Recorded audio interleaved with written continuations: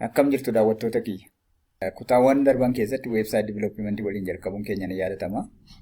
Kutaawwan sana keessatti taagota bu'uuraa yookaan weebsaayitii nama tokko gaafa divilooppii gochuu jalqabnu maalirraa akka eegalu waliin laallee turre. Har'a muka waliin laallu itti fufiinsa kutaa sanaa kan ta'e heettaagii waliin laalla. Heettaagiin ishee kamidha? Ishee kana jechuudha. Ishee kana waliin laalla jechuudha. Kutaawwan darban keessatti yaadattoo ta'e HTML taagii kana laalleera. HTML taagiin weebsaayitii divilooppii goonuu keessatti isa hangafaa fi isa bu'uuraadha jechuudha. Isa bu'uuraadha. Asirraa kaana HTML taagii kana keessatti immoo eenyufaatu barraa? Head taagiin jiru, title taagiin jiru, body taagiin jiru. Isaan kana waliin laallee turre jechuudha. Namoonni haaraa taatan reefuu fuula kanatti dhuftanii yeroota kana duuba deebitanii biraan barattan taanaan kallattiidhuma asirraa yookaan isinii galuu dhiisuu danda'a waan ta'eef duuba deebi'aa ilaalaa isiniin jecha har'a muka waliin laallu H1, H2, H3, H4 warra jedhaman elementoota kanaa waliin laalla jechuudha. Kallattiidhumaan gara sanatti gaafa gallu fooldera kutaawwan darbe keessatti weebsaayitii keenya divilooppii godhachuu jalqabne dhannee bananna. Fooldera tokko keessatti hojjenna yeroota kana. Fooldera tokko keessatti hin hojjettan taanaan wal isinii dubbisuu dhiisuu danda'u siraacheroonni kun waan ta'eef jalqaba gaafa weebsaayitii divilooppii gochuu jalqabdanii fooldera uummattanii fooldera sana keessatti hojjechuu jalqabdu jechuudha. Fooldera tokko keessatti ta'uusaa akka hin daganne isiniin jedha. Kallattiidhumaa sana baladhee itti fufachuudha. Yeroota kana nootipad pilaasiidhaan akka barreessinu isinitti meera waan ta'eef kutaa darbee kanarra geenye dhaabbanne jechuudha. Har'a immoo kan ilaallu eenyudha jechuudha? H1 taagiidha jechuudha. Fakkeenya tokko haa fudhannu. Body taagii kana keessa kan jiru what is computer kan jedhu kana laallee turre torbee darbee yaadattoo ta'e kanumatti taagii ammaa barreessinee haa ilaallu. Taagii ammaa barreessuudhaaf leezanii yookaan irra xiqqashee jennu jechuudha. H tuqxu H1 haa jennu hin cuftu ishee kana fudhannee isaa booda maal goona jechuudha. Koppii goonee sitti peessi goonee hin cufna jechuudha taagii kanaa cufnu.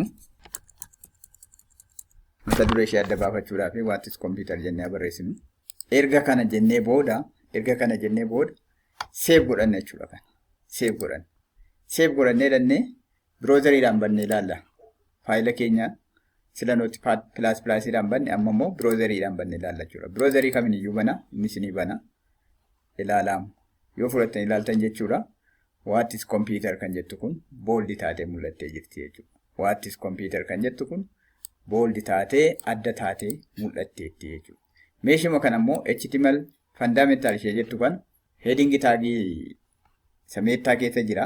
Meesuma keessatti dhannee H1 kanatti daballu. Waan inni ta'uu laaltu. H1 kana asitti dhumnee itti daballu. Asitti dhumnee H1 kana haa cufnu. Bifa kanaan cufnee seevennee dhannee ilaallu. Amma sila banneerra waan ta'eef refresh goona asumatti refresh godhaa ilaala. Kunoo ilaala. HTML fundamental kan jettu kan bifa kanaan booldi godhee nu bal'iseera jechuudha. Mee amma immoo isuma duuba deebinee H1, H2, H3dhaan H1 isa ture kana H2 jedhee taagii kanaa cufu. Kana cufee ta'eef godhee dhaqee refresh godhee ilaala.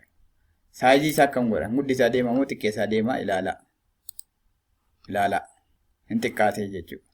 Kanaaf gaafa H1, H2, H3, H4 jechaa deemnu saayiziin isaa xiqqaataa deema jechuudha. Yeroonni kun waliif faallaadha. Yeroo heading taagiin dabalaa deemu H1, H2, H3 jechaa deemnu teekisiin xiqqaataa deema. Guddataa deema bitee xiqqaataa deema.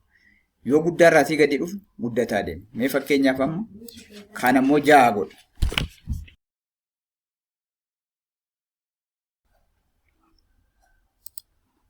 Ilaalaa baay'ee akka isheen xiqqaattee jirtu. Amma xiqqaatee jira jechuudha. Baay'ee xiqqaatti. Asitti fudhatanii ilaaltanii H6dhaan. H6dhaan baay'ee xiqqaataa jechuudha.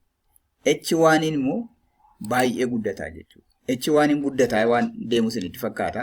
Guddataa deemaa jira. Lakkoofsi guddataa deemaa jira. H1, H2, H3 jecha guddataa deemaa jira. Garuu teekisiin immoo faallaasaa xiqqaataa deemaa jechuudha. H6 immoo baay'ee kan xiqqeessee agarsiisudha jechuudha. Mata duree guddisuu keessatti kana maal godha jechuudha? Kana xiqqeessaa deemuun dirqamaa jechuudha. Kana H2 haa goonumme. Inni kun mata duree isa guddaa ta'e. Inni kun immoo mata duree isa lammaffaa ta'u. Bifa kanaan akkas goonee haa ilaallu. Inni refresh goonee ilaallu. Ilaalaa amma iddoo isaatti deebi'ee jechuudha. Iddoo isaatti deebi'ee inni kun baay'ee guddatee jira. Inni kun baay'ee xiqqaatee jira jechuudha. Taagii isa kanaa wajjin tokko biti. Hubadhaa. Taagii isa kanaa wajjin tokko biti.